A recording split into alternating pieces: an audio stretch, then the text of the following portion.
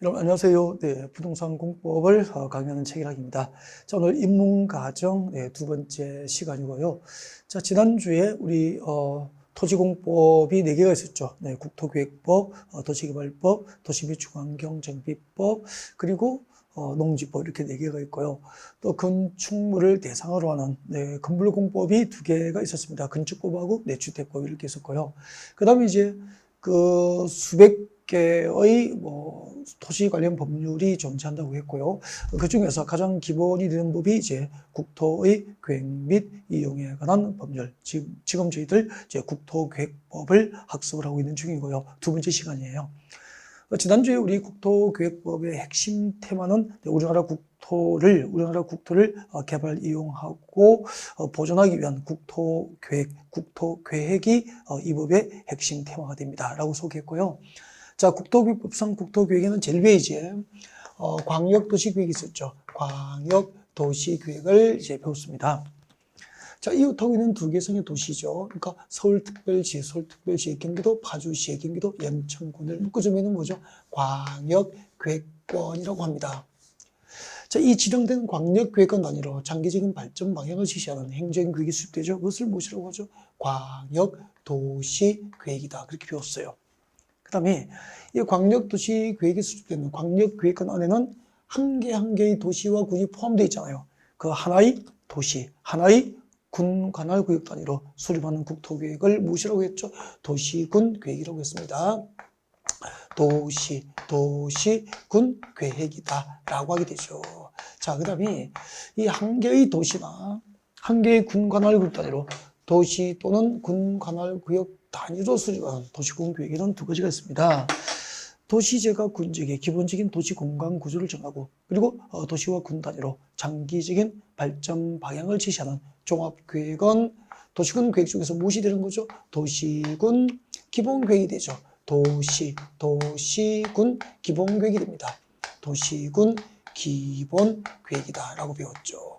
그래서 이 도시군 기본계획에 의해서 한 개의 도시나 군 단위로 그 도시와 군 지역이 장기적으로 한 10년, 20년 이후에 어떤 방향으로 발전하고 개발될 것인지 방향을 지시하는 계획이 도시군 기본계획이다라고 합니다. 그래서 기본계획에서 도시와 군 단위로 장기적인 발전 방향과 목표가 제시되면 그 광역도시계획과 도시군 기본계획을 제시하는 장기적인 발전 방향과 목표에 부합될 수 있도록 도시지역과 군지역의 토지를 구체적으로 관리하기 위해서 구체적인 정책 6개를 정책으로 입안하고 결정할 수 있는 행정계획을 도시군 관리계획이라고 했을 거예요.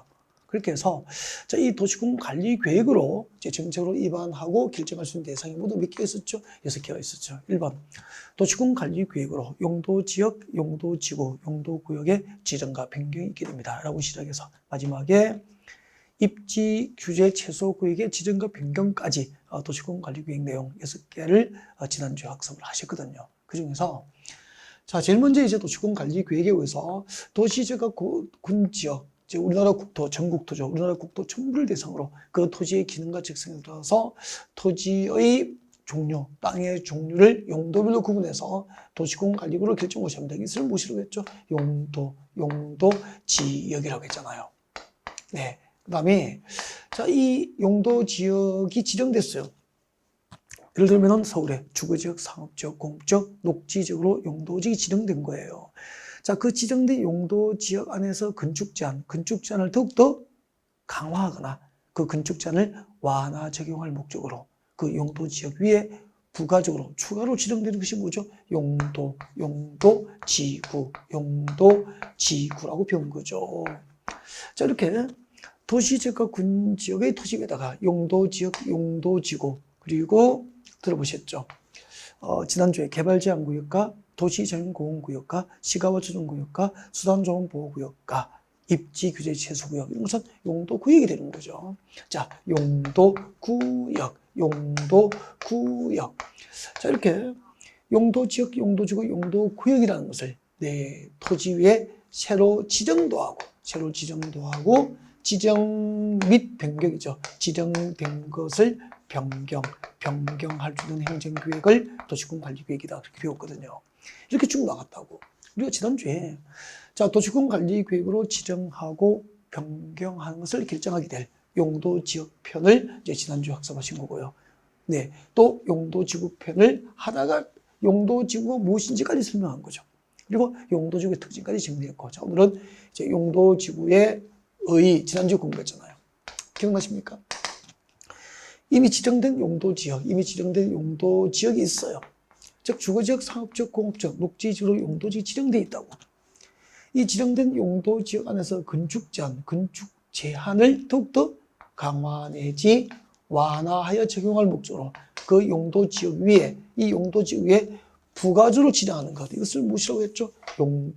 용도지구다라고 배운 거죠. 지정된 용도지역 안에서 건축 제한을 더욱더 강화 내지 완화 적용할 목적으로 그 용도지역 위에, 지정된 용도지역 위에 이렇게 이제 부가적으로 지정이 필요한 곳에 이렇게 국지지로 지정되는 게 용도지구다라고 배운 거죠. 그래서 용도지구는 그 특징까지 수업한 거죠. 자, 전국토를 대상으로 하지 않고 용도지역 위에, 네, 국지지로 지정됩니다. 전국토를 대상으로 지정하지 않고 국지지로 지정됩니다. 그리고 용도지역의 지정을 전제로 그 용도지역 위에 부가적으로 지정됩니다. 용도지역 위에 부가적으로 지정되는 것이다. 그 다음에 용도지구는 상호간에, 즉 용도지구끼리죠. 자, 상호간에 중복 지정도 가능합니다. 상호, 중복 지정될 수 있다. 이런 것을 이제 지난주 학습한 거죠. 자, 그러면은 자, 용도지구가 무엇인지 의의를 배우실 거예요. 또 용도지구의 특징을 용도지역하고 비교해서 배운 겁니다. 용도지역은 국지지로 지정되지 않고 용도지역은 전국토를 대상으로 합니다. 그리고 필요에 따라서 순차적으로 지정됩니다. 그리고 용도지역 상호간에는 중복 지정될 수 없습니다. 이런 것이 이제 지난주 학습 내용이었다고.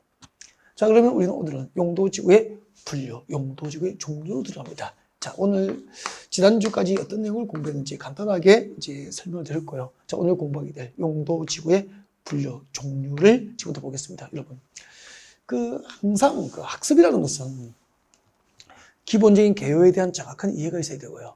그리고 전체적인 어떤 제도를 보면서 제도 속에서 하나하나의 어떤 그 내용들을 알아가는 방법으로 이렇게 학습이 이루어져야 되죠. 그죠? 그래서 일단 용도지구의 분류를 크게 한번 해볼게요. 자, 용도지구의 분류.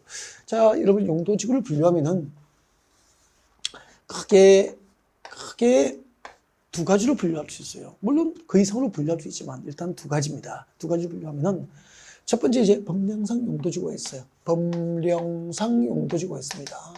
법령상 용도지구가 있다는 거죠. 그럼 법령상이 뭐냐면 법령할 때 법 있죠. 법령할 때 이 법은 국토의 계획 및 이용에 관한 법률이에요. 법률. 지금 우리가 공부하는 국토교육법, 국토의 계획 및 이용에 관한 법률을 의미합니다. 그리고 령이죠. 이 령은 대통령령이죠.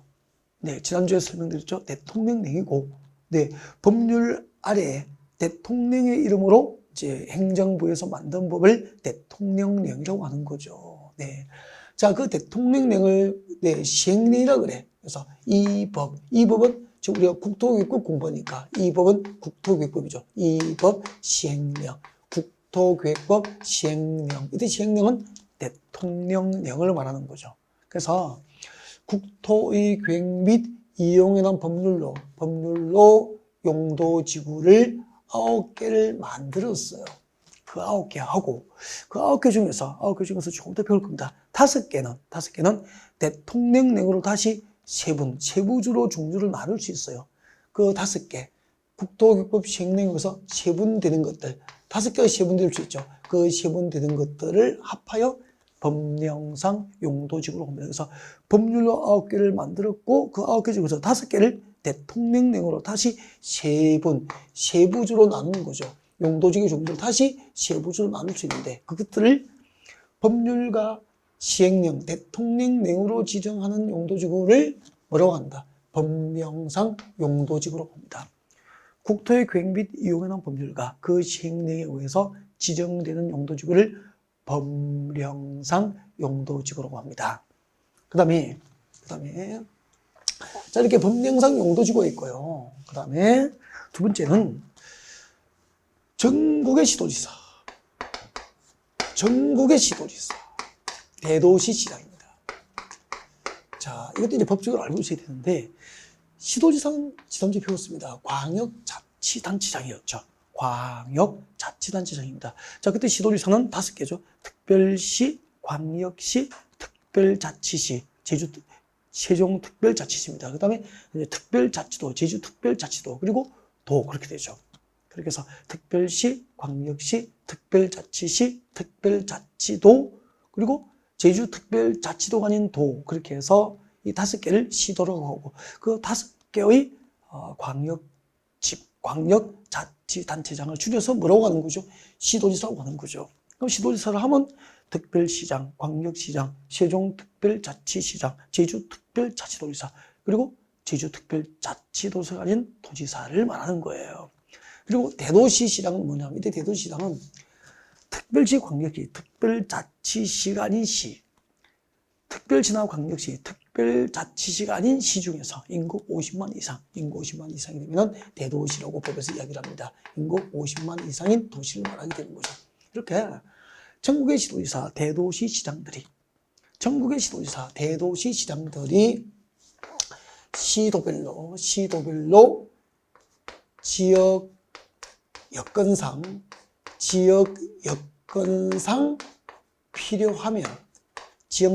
필요하면 자, 국토의 계획 및 이용하는 법률과 그 시행령으로 규정한, 즉 법령상 용도지구 외 시도별로 지역 여건상 필요한 용도지구의 신설 용도지구의 지정을 도시군관리계획으로 결정해서 고시할 수 있다는 거죠.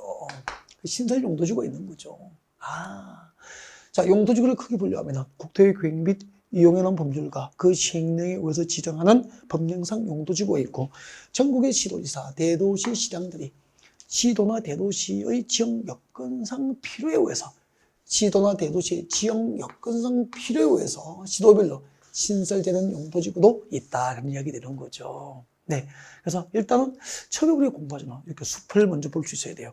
용도지구를 크게 분류하면 국토계획법과 그 시행령으로 지정하는 법령상 용도지구하고, 그 법령상 용도지구 외에 전국의 시도별로 지역 여건상 필요에 의해서 시도별로 신설되는 용도지구도 있다, 그런 얘기죠.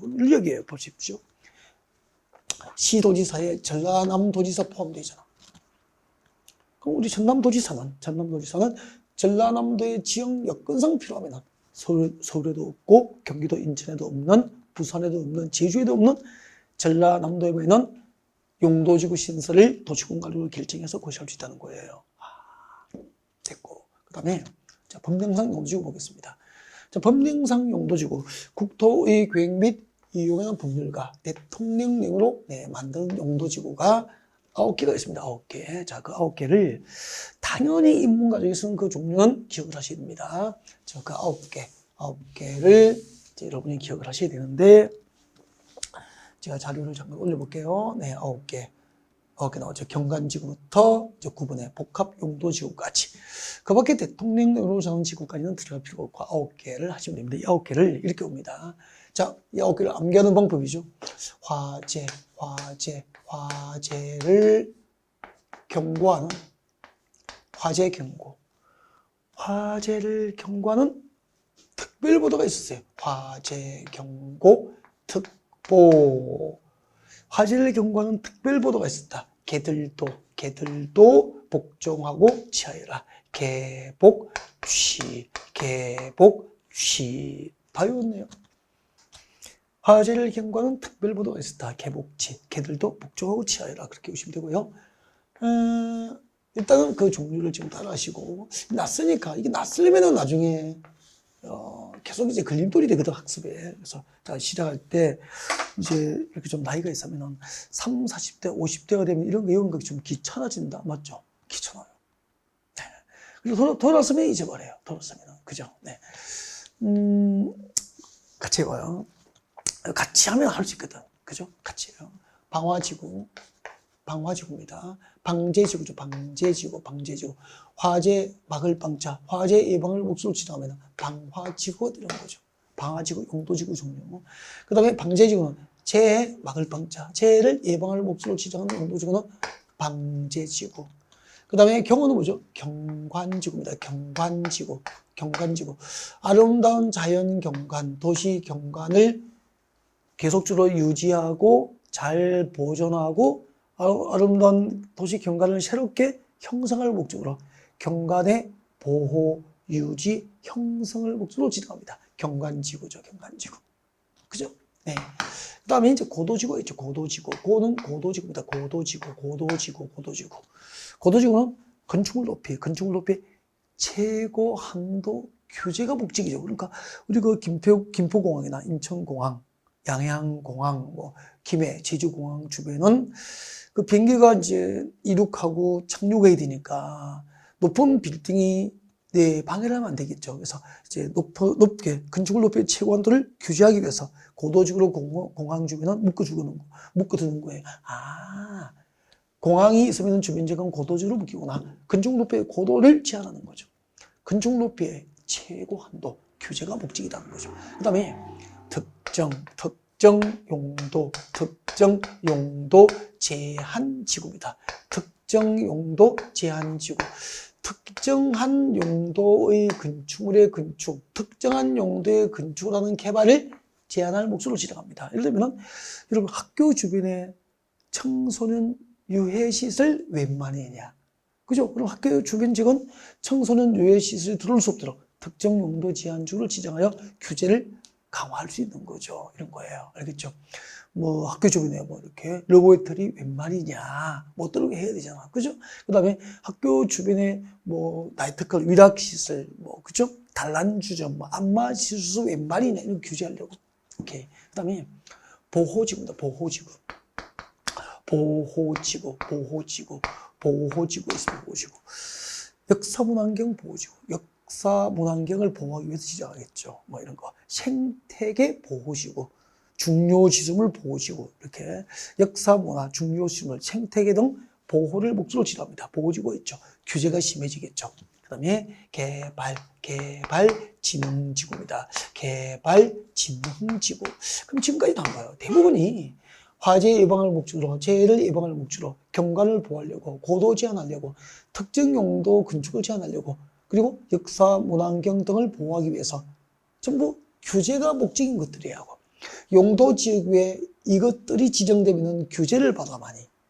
그래서 땅값이 개발하기가 쉽지 않으니까 땅값이 경제적 가치가 떨어질 수 있단 말이야. 근데 개발진흥지구는 글자 그대로 개발을 진흥시킬 목적으로 지정하는 용도지구, 개발 목적의 용도지구예요. 나중에 종류가 5개가 있다고. 여기 앞에 붙이면 주거개발진흥지구. 주거개발진흥지구는 주거 기능을 중심으로 개발하고 정비하겠다 그런 뜻이에요. 주택단지가 개발됩니다. 그 다음에 산업유통개발진흥지구가 있어. 그러면 산업기능과 유통기능을 중심으로 개발하고 정비하겠다. 관광휴양개발진흥지구, 즉 관광단지다. 휴양단지를 개발할 목적으로 지정한다. 이런 식이죠. 그 다음에 복합용도지구가 있어요. 복합용도지구가 있습니다. 복합용도지구가 있습니다.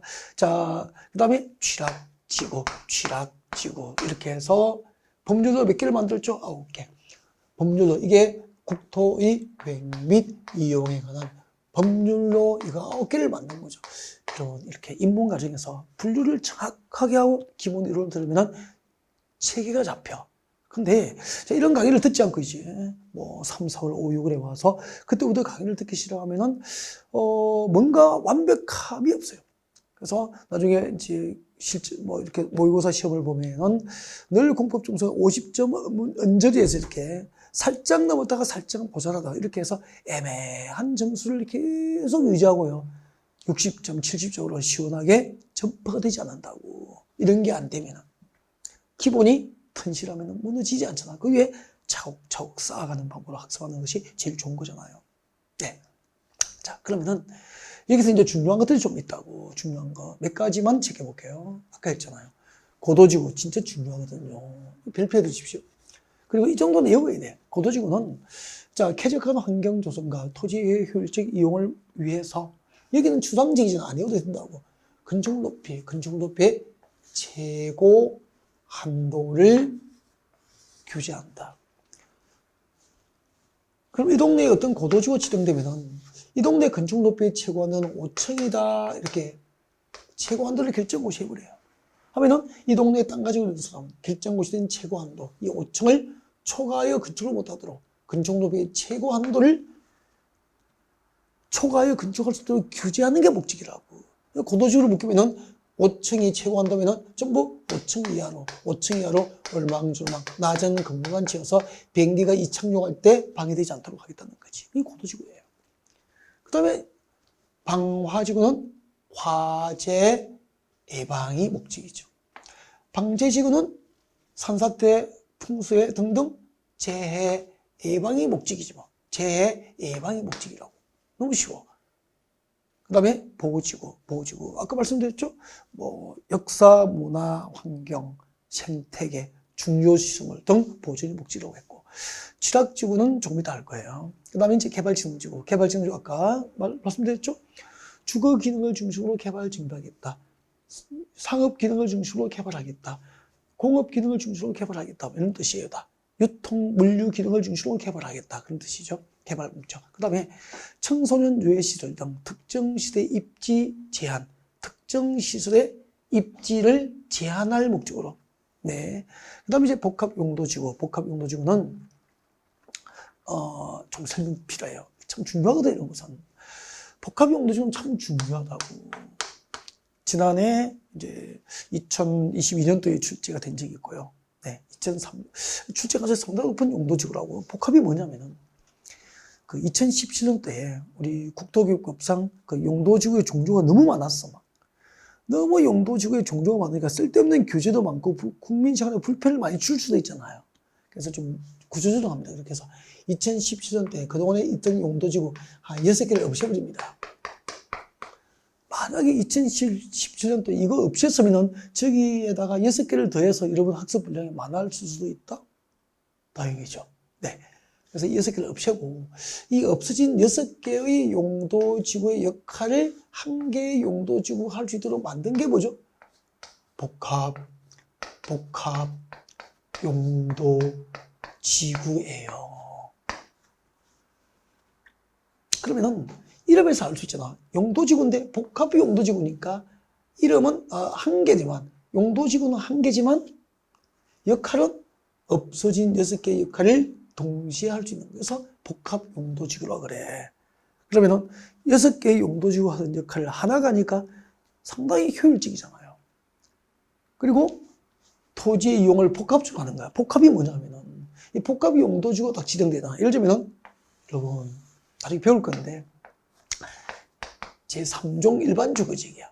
우리 공부하신 적이 있으면 일반주거지역은 주택의 층수에 따라서 1종 일반주거지역과 2종 일반주거지역과 3종 일반주거지역으로 세 분 나누시잖아요. 근데 3종 일반주거지역은 중고층 위주의 편리한 주거환경 조성이 목적이다. 쉽게 얘기하면 여기는 고층 아파트 건축이 목적이 용도지역이라고. 고층 아파트 위주로 개발을 할 곳으로 지정하면 3종 일반주거지역이라고. 그럼 여기는 3종 일반주거지역이 지정되면 도로가 있잖아요. 이 도로 주변에 전부 고층 아파트 단지로 개발해야 돼. 이게 원칙이라. 근데 이 3종 일반 주거지는 아파트 위주로 개발해야 되는데 여기다가 복합 용도지로 지정해버리면 3종 일반 주거지 위에다가 복합 용도 지구를 지정되면 아파트만 지어서 주거 기능만 해야 될 이 도시에 주거 기능은 물론이고 거기다가 상업 기능과 업무 기능까지 펄스가 되기 때문에 토지 이용이 하나만 주거 기능만 합니까? 주택단지로 개발할 수도 있고 유통단지가 개발될 수도 있고 업무 지구가 개발될 수도 있고 금융단지가 들어올 수도 있고 막 이렇게 되는 거예요. 상당히 효율적이고 복합적이구나. 이렇게 되려면 규제를 강화합니까? 완화합니까? 완화. 그래서 한번 보십시오. 설명 듣고 한번 보십시오. 복합용도지구는 여기 밑줄 끄시면 되죠. 이런 부분을 기억해야 돼요. 효율적이고 왜 효율적인지 알죠? 이제 효율적이고 복합적인 토지 이용, 그 복합적인 토지용은 그 동네의 토지 아파트만 짓는 게 아니고 아파트에다가 플러스 상가도 짓고 업무용지 빌딩도 짓게 되는 거죠. 이렇게 효율적이고 복합적인 토지용을 도모하기 위해서 특정 시설의 입지를 강화합니까? 완화해 주니까 입지 규제를 완화할 목적으로 복합 용도지구 지정되는 거죠. 그러면은 한번 보십시오. 3종 일반 주거지일 때는 고층 아파트만 지어야 될 땅인데 그 3종 일반 주거지가 복합 용도지구가 지정되니까 준주거지역. 준주거지역은 주거 기능의 상업과 업무 기능이 플러스 되잖아. 준주거지역처럼 토지를 복합적으로 이용할 수 있게 되는 거죠. 그러면은 앞으로 일반 주거지역의 복합 용도지구가 지정되면은 그 정보를 알면은 이 지역의 토지의 경제적 가치, 부동산 가치는 오를까요? 떨어질까? 오르죠. 이런 곳에 토지를 투자하기 위해서, 이런 곳에 땅 사기 위해서 내 고객을 부자로 만들어줄 수 있으면 성공하는 거고. 이 업종, 부동산 공인중개사 전문가로서 성공하는 거고. 이것을 못하면 자꾸 뒤처지게 되는 거잖아요. 그래서 결국 공인중개사도 옛날에 복도방 시대가 아니고 지금은 전문가 시대이기 때문에 공부 잘해야 연봉이 높은 시대가 된 거예요. 그 공부가 공법이에요. 부동산 공법이 전부 그 길을 제시하게 될 거예요. 이 공부 튼튼하게 처음부터 차근히 잘 하시면은 어떤 어려운 상황에서도 이 업종에서 성공합니다. 성공의 확신을 드리는 강의, 인강드림. 농담이고요. 자, 그 다음에 이제 9개. 지금까지 국토의 계획 및 유연한 법률로 만든 용도지구 9개를 소개했고요. 그 중에서 봐요. 그 중에서 자, 이렇게 국토의 계획 및 유연한 법률로 9개를 만들었는데 이 중에서 5개가 대통령령으로 시행됩니다. 그 5개를 자, 이런 교재 한번 볼게요. 5개가 대통령령으로 시행이 돼요. 5개가 대통령령으로 시행되는데 보여드릴게요. 자, 복합 용도지구의 지정 나와 있고, 용도지구의 시행은 4번에 나와 있죠. 자, 5개. 경관지구, 방제지구, 경방, 보호지구, 경방, 보취계에서 취락지구, 개발지능지구 이렇게 해서 경방, 보취계 그렇게 봅니다. 9개 중에서 이 9개 용도지구 가운데서 5개는 대통령령으로 시행이 됩니다. 대통령령으로 시행되는 5개 경방보치계, 경관지구, 보호지구, 방제지구입니다. 방화지구 아니고 경관지구, 보호지구, 방제지구, 경방보, 취락지구, 개발지구 이 5개입니다. 경방보치계 그렇게 되고요. 자, 그때 이제 여러분 교재 봅니다. 방제지구는 몇 개로 시행되죠? 2개가 있어요. 여러분 교재 보십시오. 방제지구는 올리면 나와 있죠. 자리 올리면은 방제지구 이게 나와 있구나. 방제지구는 시고 나면은 이걸 외워야 된다고. 그죠? 시가지 방제지구. 꼭 외워야 돼. 시가지 방제지구 그리고 자연 방제지구. 시가지 방제지구와 자연 방제지구로 시분이 돼요. 방제지구는 시가지 방제지구와 자연 방제지구로 시분됩니다. 너무 시험을 자주 나옵니다. 그 다음에 이제 내려오십시오. 내려오셔가지고, 뭐가 있죠? 경관지구죠. 경관지구는 3개가 있어. 3개. 자, 올려드릴게요. 첫 번째 있죠? 경방할 때 경관지구는 3개가 있습니다. 자연 경관지구, 시가지 경관지구, 특화 경관지구 이렇게 나눠져요. 네. 그 다음에 이제 보는 보호지구죠. 보호지구는 3개가 있습니다. 밑에 나와 있네. 보호지구 3개. 여기 나와 있습니다. 보호지구 3개. 네. 역사문환경 보호지구가 있습니다. 역사문환경 보호지구 같이 오시죠. 역사문환경 보호지구. 그 다음에 중요시설물 보호지구. 그리고 생태계 보호지구. 이렇게 시험이 된다고. 역사문환경 보호지구, 중요시설물 보호지구, 그리고 생태계 보호지구 이렇게 됩니다. 그 다음에 보취계, 취락지구, 자연 취락지구, 그리고 집단 취락지구. 자연 취락지구와 집단 취락지구로 시분이 됩니다. 네. 그리고 개발지능지구 5개가 있어요. 5개. 개발지능지구 5개. 지금 암기하시는 종류. 개발지능지구 종류 5개. 이거 사오실 때 잘 안 외운다니까. 떨어져도 안 외워요. 야, 강 크신 분들이죠. 자, 주거개발진흥지구, 산업유통입니다. 산업유통개발진흥지구, 주거개발진흥지구, 산업유통개발진흥지구, 그죠? 네. 그 다음에 관광휴양개발진흥지구, 관광휴양개발진흥지구 있습니다. 그리고 복합개발진흥지구, 복합개발진흥지구, 그리고 특정개발진흥지구 이렇게 5개가 있어요. 이렇게 해서 이 세분된 종류를 꼭 암기하셔야 돼요. 예를 들면 시험 이렇게 나와요. 방제지구는 시가지 방제지구와 자연 방제지구로 대통령령이 정하는 바에 따라서 세분 지정될 수 있다. 맞잖아요. 문제 이렇게 만들어지는 거예요. 그 다음에 경관지구는 자연경관지구, 시가지 경관지구, 문화재 경관지구로 세분 지정될 수 있다. 틀렸잖아. 문화재 경관지구는 없잖아. 자연경관지구, 시가지 경관지구, 그리고 특화 경관지구가 있을 뿐이죠. 이거야 된다고. 암기를 살짝 해두셔야 되고요. 네, 이 중에서 제가 2가지만 일단 설명드릴게요. 지락지구는 자연지락지구와 집단지락지구가 있거든요. 너무 시험 자주 나오는 거예요. 너무 중요한 거예요. 네, 그러면은 지락지구는 얘기해 보십시오. 지락지구는 자연지락지구도 있고 집단지락지구가 있다고. 자연지락지구와 집단지락지구가 있다고. 이거 설명하려고. 그러면 자연지락지구가 무엇일까라는 거죠. 자, 여러분 교재 봅니다. 자연지락지구는 녹관, 농자, 녹지지역, 관리지역, 농림지역, 자연환경 보존지역이잖아. 녹지지역, 관리지역, 농림지역, 자연환경 보존지역 일단 지난주에 배웠어요. 잘 모르지만 배웠어요. 자, 이 녹관, 녹지지역, 관리지역, 농림지역, 자연환경 보존지역 안에 취락이 뭐죠? 제 이름이 기락이잖아, 기락이. 그죠? 동생이 취락이에요. 그러면 너무 값싼 농담이 되니까, 조커가 되니까, 취락은 주택입니다, 주택. 주택이 있는 마을을 말하는 거예요. 주택. 주택이 있는 마을. 취락은 집이야, 집. 자, 그러면은 봐요. 녹지적, 관리적, 농림적, 자연환경 보존지역. 도시지역 주변의 녹지지역과 도시지역 밖에 관리적, 농림적, 자연환경 보존지역으로 사람이 사는 마을이 있단 말이에요. 그 마을의 주택을 정비하려고, 재개발하려고 지정하면은 자연취락지구가 돼요. 자연취락지구가 뭐죠?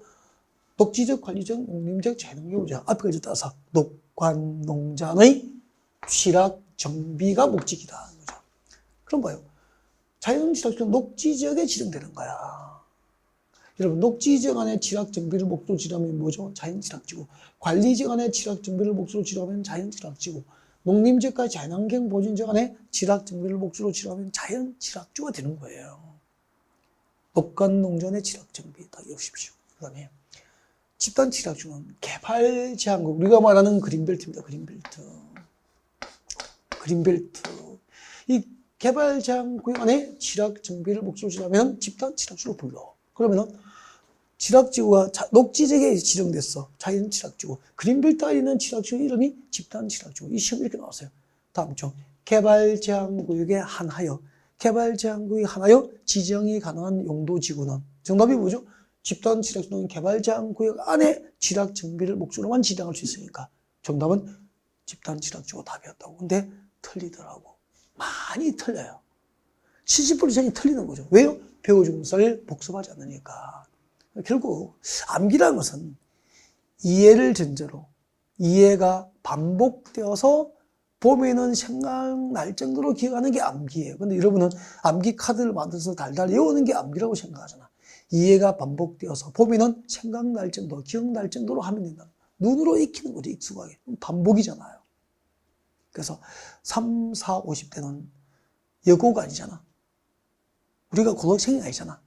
그때하고는 인정하기 싫어도, 네, 부정하고 싶어도 그때 머리가 아니다는 거죠. 여고 때 머리가 아닌 거죠. 그래서, 자, 카드 만들어서 암기 카드. 그러니까 지금 떨어지고 다시 하는 분은 암기 카드 다 버리세요, 그거. 그죠? 버리세요. 책에도 좋죠. 어디서 어디로 그 체계가 막 잡혀있는지 다 좋죠. 연구합니까? 시험 칠 건데. 전체적인 수법을 보는 건 좋은데, 체계도가 너무 복잡해가지고 그 자체가 너무 어렵던데. 시중에 나와 있는 부동산 공법 체계도 그 자체가 막 복잡하고 어려워 머리 아프던데. 근데 체계도로 시험 나오잖아요. 이 문장 조문으로 시험이 나와요. 아셨죠? 그래서 첫 글자 나서 암기하는 건 좋지만, 그래서 그냥 양념을 하는 거지. 뭐 경관 보치개, 뭐 하지를 경고하는 특별보도 가지고 이거 그냥 암기하는 방법으로 가르쳐도 재밌게 하기 위해서 재밌게 하는 거지. 양념이지. 그것이 주 음식으로 출제되지는 않는다 이 말입니다. 명심하셔야 돼요. 네. 그다음에 또 중요한 게 일단 칠학쭉 준비했고요. 두 가지만 딱 이야기할 거예요. 인문과정에서 하나는 방제지구예요. 방제지구. 방제지구 중요하다고. 방제지구. 보세요. 방제지구가 시분되면은 시가지 방제지구하고 자연 방제지구가 있다고. 그러니까 읽어보세요. 무슨 말인지 아는지. 모른다고 무슨 말인지. 읽어보셔도 모르겠죠. 가슴에 와닿지 않는 거예요. 가슴에 와닿지 않으니까 머릿속에 입력이 안 돼. 이해가 되면 와닿았다는 거잖아. 가슴 속에 들어오게 되죠. 저장이 돼요. 근데 읽어도 무슨 말인지 모르면 와닿지 않는 거예요. 와닿지 않는데 어떻게 정이 되냐고. 그죠? 다야 정이 들죠. 보십시오. 시가지 방제지구는 건축물과 인구가 밀집되어 있는 지역으로서 밑줄 것입시오. 시설 개선. 줄 것입시오. 시설 개선 등을 통하여 재예방을 목적으로 지정하면 시가지 방제지구예요. 근데 무슨 말인지 잘 모르겠죠. 설명 듣고 다시 읽어봅시다. 그 다음에 자연방제지구는 토지 용도하전 해안변 하천변 급경사지 등 주변 지구로서 건축 제한 등 동그라미예요. 줄까요? 건축 제한 등을 통하여 재해를 예방. 이거 밑줄 것이면 되죠. 그러면은 시설 개선 등을 통해서 재해 예방을 목적으로 하면은 시가지 방제지구.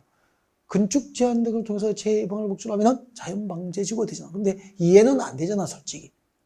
그럼 이걸 이제 요약집을 만들 때는 자연 방제지구 뒤에 이 살을 다 빼버리고 이 밑줄 꺼드린 것만 딱 찍으면은 그게 요약집이 되는 거죠.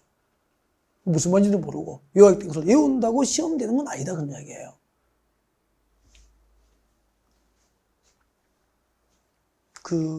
공인중개사 시험에 많이 떨어지는 분의 공통점. 네. 기본서 한 권에 요약집 한 권이면 충분한데 각종 자료들을 많이 수집한다는 거죠. 주변에 이런 악마들이 나타나서 복사물을 끊임없이 전달하고 발굴해서 찾아내고, 그죠? 이걸 언니들에게, 주변의 오빠에게 복사해서 돌리시는 분이 있어요. 그분들이 악마야. 불합격으로 나를 끌고 들어가는 악마들이 나타나게 돼 있다고. 다 있어. 학원마다 다 있고, 도서관마다 다 있고, 스트릿 카페 가면 다 있다니까. 좋은 자료 있다고. 어디서 구했는지 특강 자료 구해다가 복사해서 막 다루고.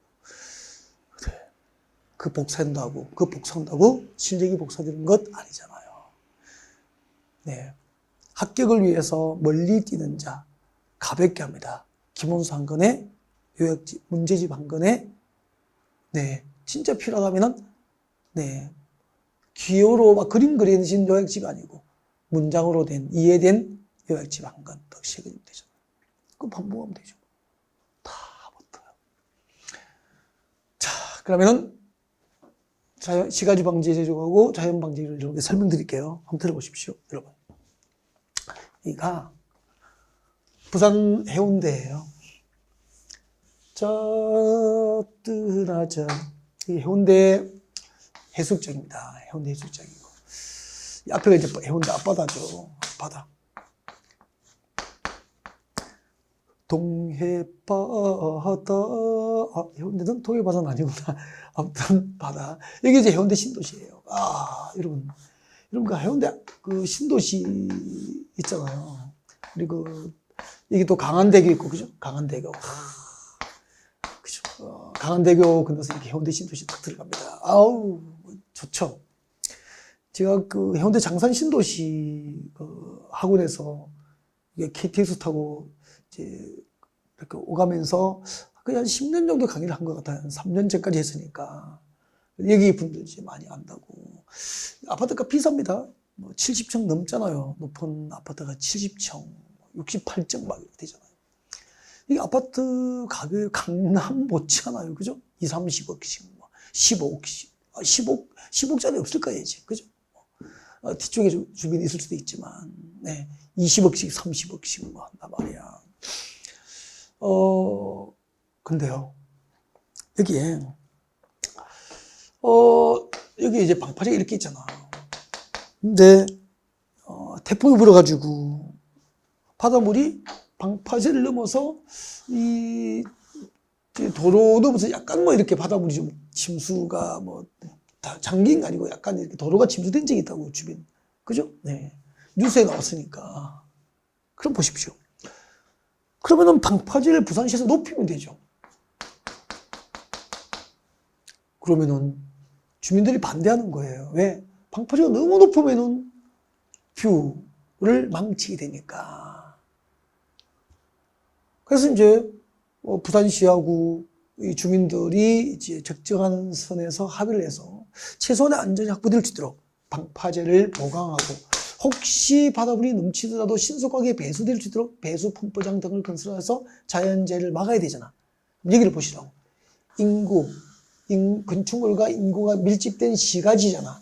이 건축과 인구가 밀집된 시가지에서 배수 펌프장을 만들고 방파제를 높이는 것은 건축을 제한한 겁니까? 시설 개선입니까? 시설 개선을 통해서 재해 예방이 필요합니다. 여기 뭐죠? 시가지, 방제지구가 이런 것이 지정되는 거죠. 이해가 됐습니까? 읽어봅시다. 시가지 방제지구란 건축물 인구가 밀집되어 있는 지역은 해운대 신시가지 상상하시면 돼요. 이렇게 건축과 인구가 밀집되어 있는 지역은 시가지잖아. 이 시가지 안에서 시설 개선이 뭐죠? 예를 들면 배수 펌프장을 건설하고, 그죠? 방파제를 보강하고, 이런 시설 개선을 통해서 재예방을 목적으로 지정하면은 이게 시가지 방제지구가 되는 거예요. 그럼 자연방제지구 뭘까? 자연방제지구.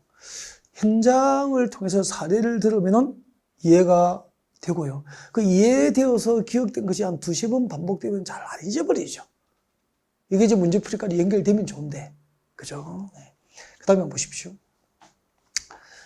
저는, 경남 산청에 지금 귀향이라고 해야 되나, 뭐 기농이라고 해야 되나, 전원생활이라고 해야 되나, 이제 그렇게 서울 찾아가 내려갔다가 그랬죠. 내려갔는데, 제가 산골 소년이니까, 저는 책에서 이제 바다를 배웠지만, 초등학교 6학년 때 처음으로 바다를 봤어요.